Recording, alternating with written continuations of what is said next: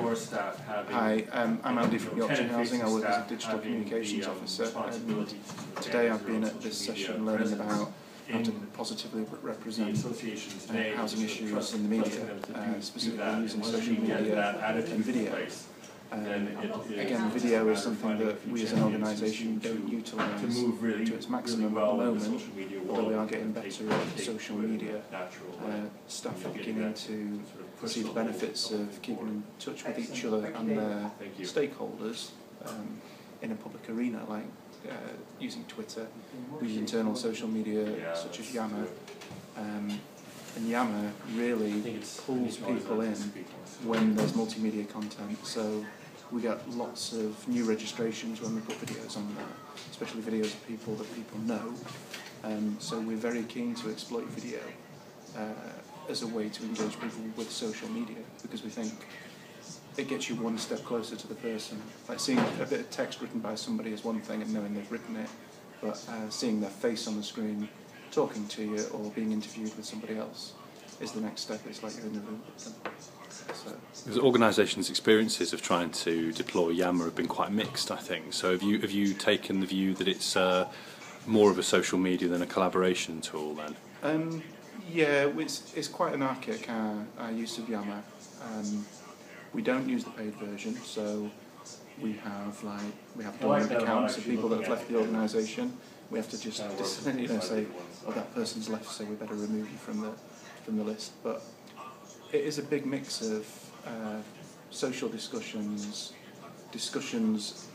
that are not core work for people. So strategy and innovation happens on Yammer, and it's about sharing information between teams. It does work for that. It doesn't really work as a broadcast medium, so senior managers and middle management not taken to it as well as frontline staff have, because they see it as a way of raising the activity of the work that they do above the parapet.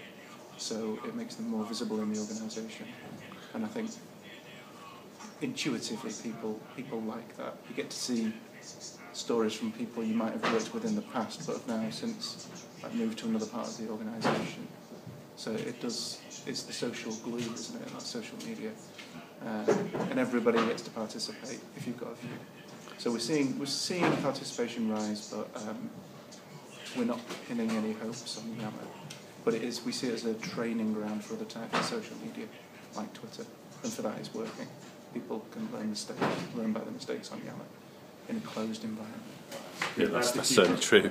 One of the things we touched on this morning, and one of the things that we felt was potentially a learning point for housing organisations, is that we were concerned that the reach of the housing industry's social media output was relatively limited and tended to be mostly engaging with housing professionals in other organisations or other professional people with a particular interest in the sector, or where it does engage with customers, they tend to be customers who are already heavily embedded within organisations, be they tenant board members or active tenants from some other context. I just wondered what your thoughts were on what kind of actions we should prioritise as a profession to try to actually engage with people who are not housing boffins, if you like. Well, I think from my experience, the way to do that is to get people who are the champions of social media and technology, such as video recording and broadcasting like this, to get out of the office and spend time with the people on the front line that don't yet know the power of these tools, to connect directly face-to-face with customers, because engagement has to happen on the front line, it can't happen from the ivory tower.